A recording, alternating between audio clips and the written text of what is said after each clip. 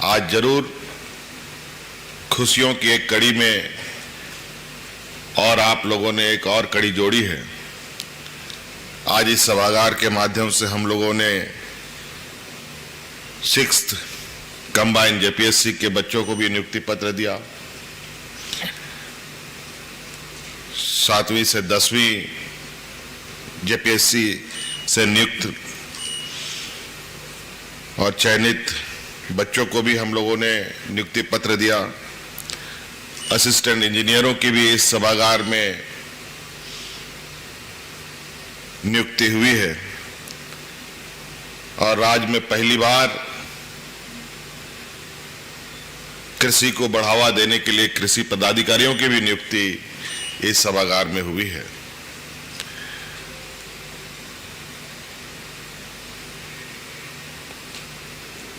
कई महत्वपूर्ण कड़ी के बीच में आप लोगों के भी इर्द गिर्द, आप लोगों के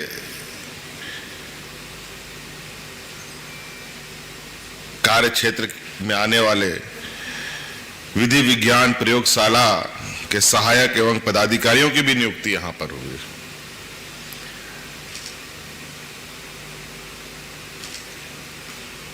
और हमने राज्य के होनहार नौजवान जो हमारे राज्य के साथ साथ देश के नाम को गौरव के साथ पूरे दुनिया में पहचान बनाते हैं, हमारे तिरंगा का मान सम्मान बढ़ाते हैं, ऐसे खिलाड़ियों को भी हम लोगों ने यहां पर सीधी नियुक्ति दिया है। और आज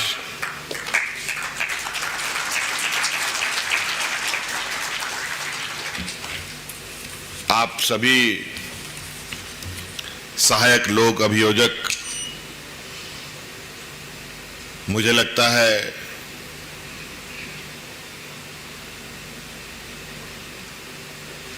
बिल्कुल खाली हुए पद पर पहली बार आपकी भी नियुक्ति हो रही है। और मुख्य सचिव साहब ने ये बात को अंकित किया कि आपकी ट्रेनिंग समय के अभाव के कारण नहीं हो पाएगी, तो आपको सीधे मोर्चे पर ही जाना होगा।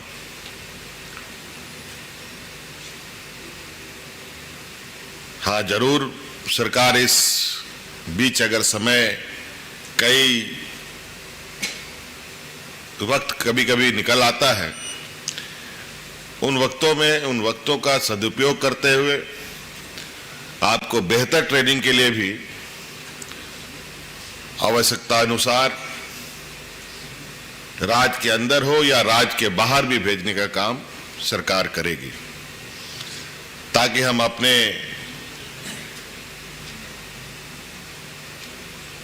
राज्य के अंदर आम जनों को न्याय दिला पाए।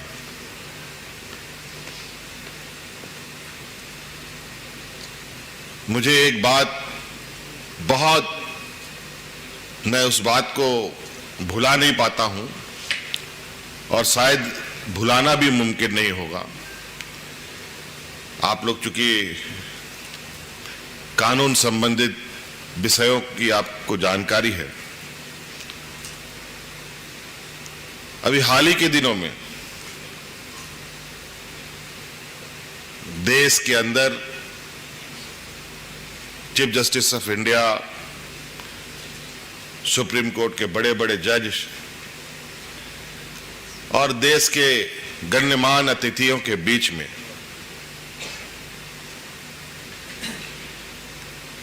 देश की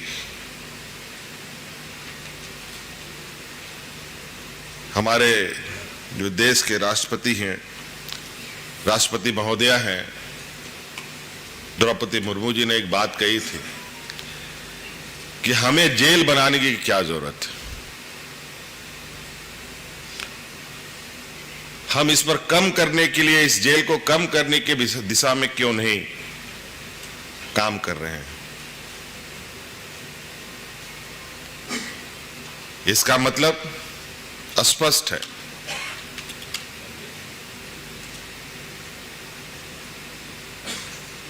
कि वर्तमान समय में हमारे न्यायपालिका के अंदर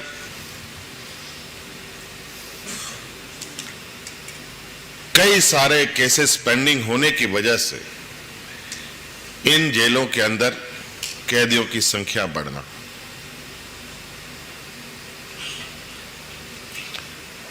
और ये संकेत ना राज्य के लिए है बेहतर है, ना देश के लिए बेहतर है। ये लगती तो छोटी बात है, लेकिन इसके मायने बहुत बड़े हैं। हो सकता है कोई ऐसा व्यक्ति जेल के अंदर है जो आपके घर के अड़ोस पड़ोस में ही रहने वाला हो सकता है किसी संगीन जुर्म में वो बंद हो सकता है बेगुनाह के तौर पर वो जेल के अंदर बंद हो। और आप समझ सकते हैं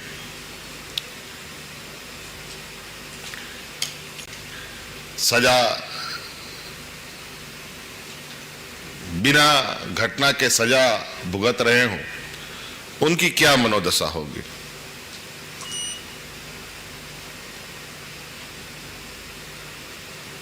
तो इसलिए ये एक बहुत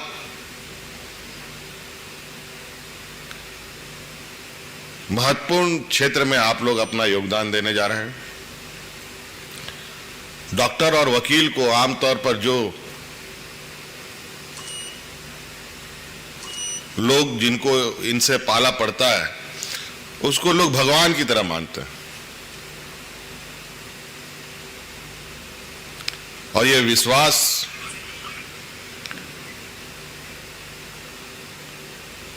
बनाना, उसको कायम करना रखना, ये अब आपके हाथ पे है, आप पर निर्भर करता है। देश में कई तरीके के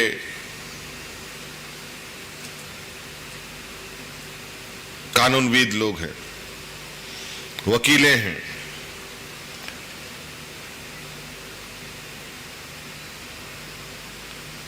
और आप तो बिल्कुल विशुद्ध रूप से सरकार के एक अभिन्न अंग के रूप में काम करेंगे।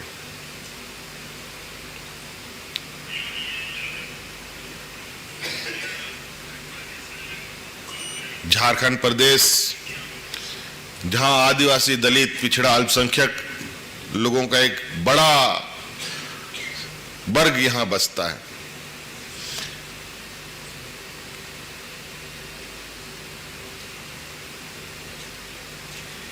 यहां के लगभग आम जनों को तो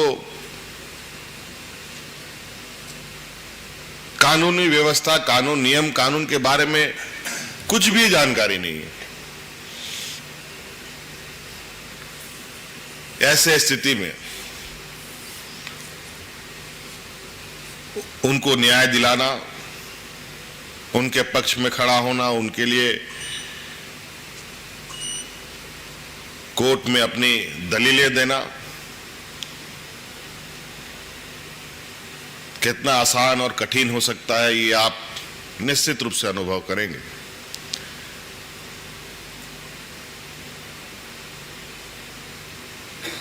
और मैं बिल्कुल आशा उम्मीद के साथ कि आप लोग, मुझे लगता है पहली नियुक्ति है ये, और इस पहली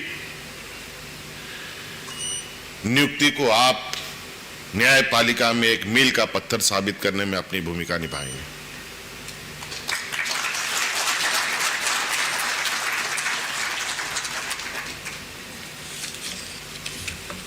मुझे जो जानकारी प्राप्त है,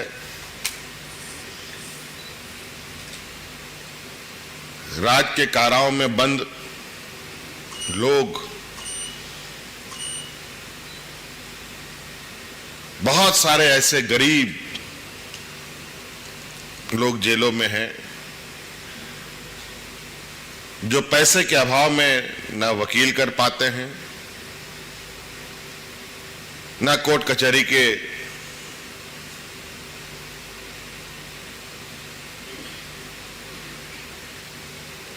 में जाने से, असमर्थता की वजह से निकल पाते हैं। लेकिन सरकार उनके लिए भी कई तरीके की सहायता उपलब्ध कराने के लिए योजना चलाती है। और जहां तक मुझे मालूम है कि आज के दिन में भी हमारे गांव के लोगों को यह पता नहीं है कि गरीब लोगों को भी सरकार वकील मुहैया कराती है, जिसकी खर्च सरकार देती है, ना कि वो गरीब देता।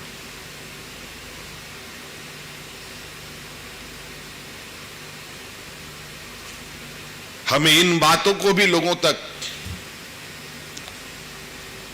बताने की आवश्यकता है कि कोई भी न्याय के या वकील के अभाव में उसको न्याय ना मिले, ऐसा ना हो। और एक विशेष आखिरी में बात करते हुए आप लोगों को कहना चाहूंगा, जो मैं यहां के सभी कर्मचारियों को, सभी पदाधिकारियों को ये बात बोलता हूं, देश में 28-29 राज्य हैं, जिनमें झारखंड भी एक आता है।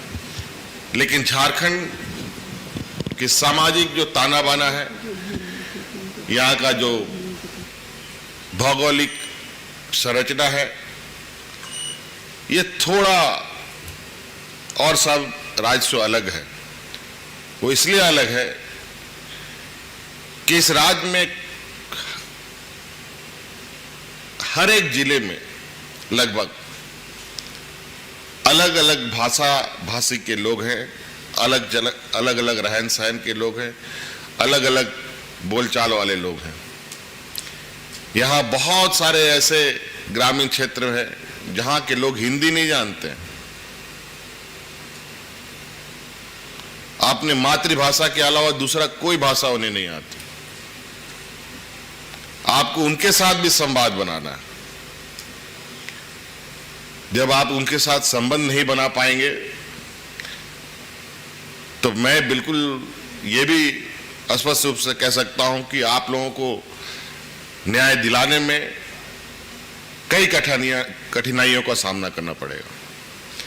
तो मैं चाहता हूं जिस क्षेत्र में जो भाषा की बहुलता है उसको ध्यान में रखते हुए उन स्थानीय भाषाओं को भी आप जरूर आत्मसात करें, ताकि आपको न्याय दिलाने में सहूलियत हो सके। आमतौर पर न्यायपालिका में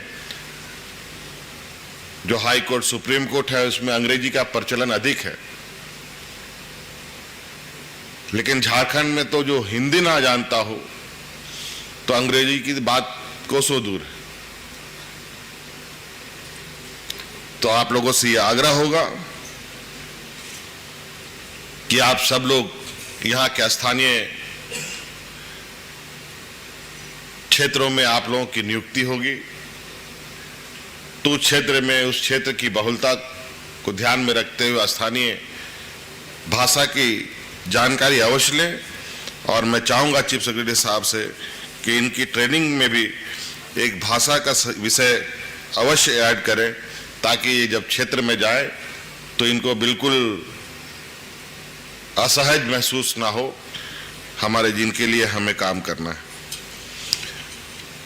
तो मैं बहुत ज़्यादा नहीं कहते हुए, हालांकि अभी ये नियुक्ति पूरी नहीं हुई है, अभी और भी एपीपी नियुक्त होने हैं और इस दिशा में भी सरकार बहुत तेजी से आगे कदम बढ़ा रही है, ताकि आपके स्ट्रेंथ के अनुरूप आप लोग बिल्कुल मजबूती से हमारे न्यायपालिका के क्षेत्र को कवर करें, समस्याओं का समाधान करें, पेंडिंग केसेस का आप सब लोग निष्पादन करें।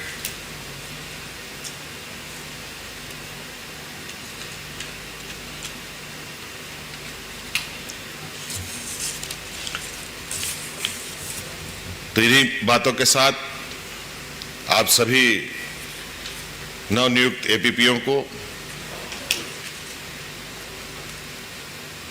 आपकी एक नई डगर की सफर के लिए मेरी ओर से ढेर सारी शुभकामनाओं के साथ मैं अपनी बातों को समाप्त करता हूं। सबको जोहार।